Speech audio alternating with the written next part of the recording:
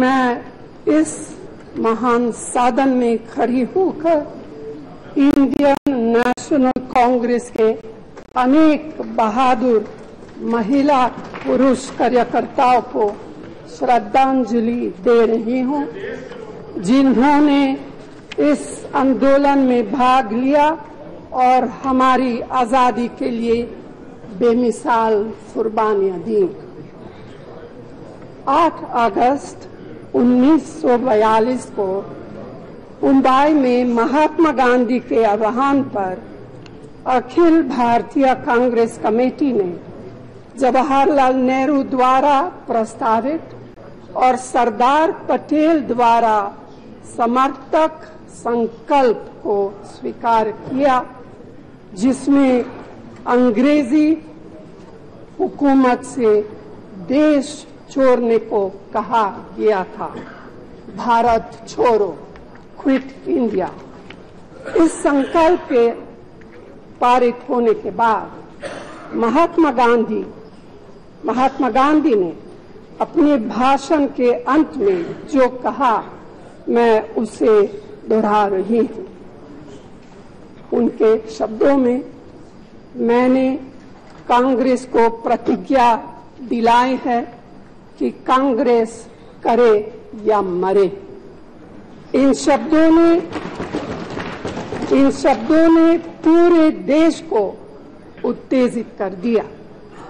अंग्रेजी सरकार ने वर्किंग कमेटी के सभी सदस्यों और अनगिनत कांग्रेस कार्यकर्ताओं को तुरंत गिरफ्तार कर दिया।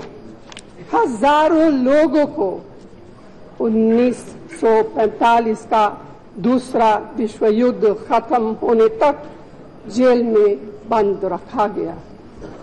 जवाहरलाल नेहरू ने जेल में अपना सबसे लंबा समय बिताया और कुछ कांग्रेस कार्यकर्ता बीमारी के वजह से जेल से जिंदा भी बाहर नहीं आ सके। इस आंदोलन को जारी रखने के लिए देश भर में अनगिनत महिला और पुरुष को अंडरग्राउंड होना पड़ा। अंग्रेजी हुकूमत ने क्रूरतापूर्वक दमन किया, कार्यकर्ताओं पर गोलियां बरसाई। हर हफ्ते दर्जनों लोग मारे गए। उनके आदेशों को नहीं मानने वालों पर कोरे बरसाए गए। राष्ट्रवादी अखबारों पर पाबंदी लगाई गई और उन्हें बंद भी कराया गया। सत्याग्रहियों को डराने और धमकाने की कोशिश में पुलिस द्वारा महिलाओं का उत्पीड़न किया गया। कैदियों की बर्बरतापूर्वक पिटाई की गई या उन्हें बर्फ की सिल्लियों पर नंगा करके तब तक लौटने को मजबूर किया गया जब तक कि वे बेहोश नहीं हो गए। यही नहीं, प्रदर्शनकारी नागरिकों पर हवाई फायरिंग भी की गई। उसके बावजूद प्रदर्शनकारी निडर रहे और वे झुके नहीं। भारत छोड़ो आंदोलन हमारी आजादी की लड़ाई में क्रांतिकारी परिवर्तन की मिसाल बन गया, लेकिन इसके लिए हमें अनगिनत कुर्बानियां देनी पड़ी। आज वही कुर्बानियां हमें एक मौका देती हैं जब हम उन्हें आभार के साथ याद करें और उनके प्रति सम्मान दिखाएं।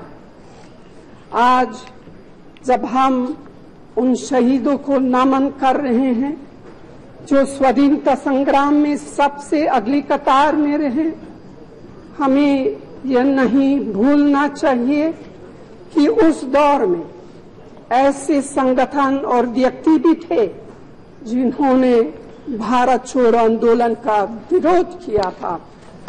इन तत्वों का हमारे देश को आजादी दिलाने में कोई योगदान नहीं रहा। महोदया, मुझे लगता है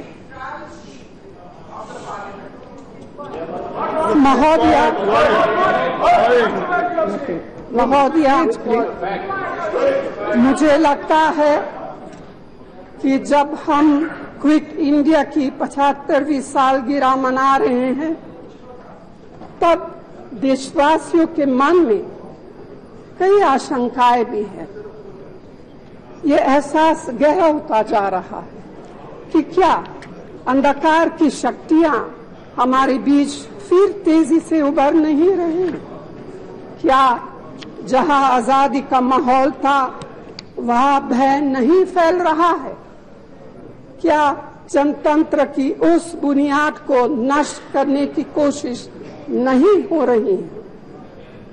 जो विचारों की आजादी, स्वेच्छा की आजादी, आस्था और समानता की आजादी, सामाजिक न्याय की आजादी और जो कानून सम्मत व्यवस्था पर आधारित है।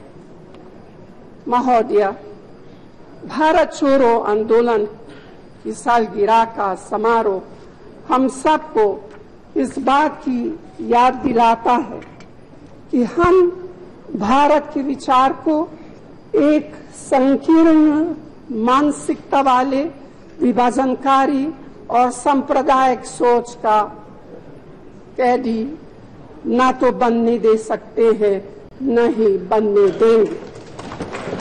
महात्मा गांधी के नेतृत्व में हमारे स्वतंत्रता सेनानियों ने एक समावेशी, बहुलतावादी, लोकतांत्रिक और न्याय संगत भारत के लिए लड़ाई लड़ी। यह एक ऐसा विचार था जिसे उन्होंने हमारे संविधान में स्थापित किया। लेकिन ऐसा लगता है कि इस दृष्टि पर आज नफरत और विभाजन की राजनीति के बादल छा गए हैं। ऐसा लगता है कि सेक्युलर, लोकतांत्रिक और उदारवादी मूल्य खतरे में पड़ते जा रहे हैं। पब्लिक स्पेस में असहमति, बहस और विचारों की विभिन्नता की गुंजाइश कम होती जा रही है। कई बार कानून के राज पर भी गैर कानूनी शक्तियां हावी दिखाई देती है।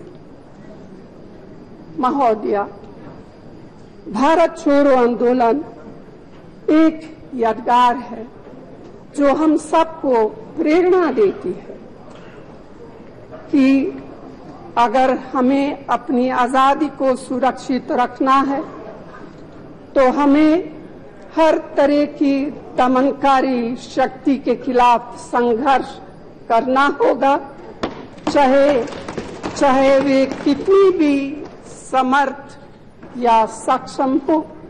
हमें आज भी उस भारत के लिए लड़ना है जिस भारत में हम विश्वास करते हैं, जो भारत हमें प्यारा है, जिस भारत में जन जन आजाद है और उसकी आजादी निर्विवाद है। आपको बहुत बहुत शुक्रिया, धन्यवाद। जय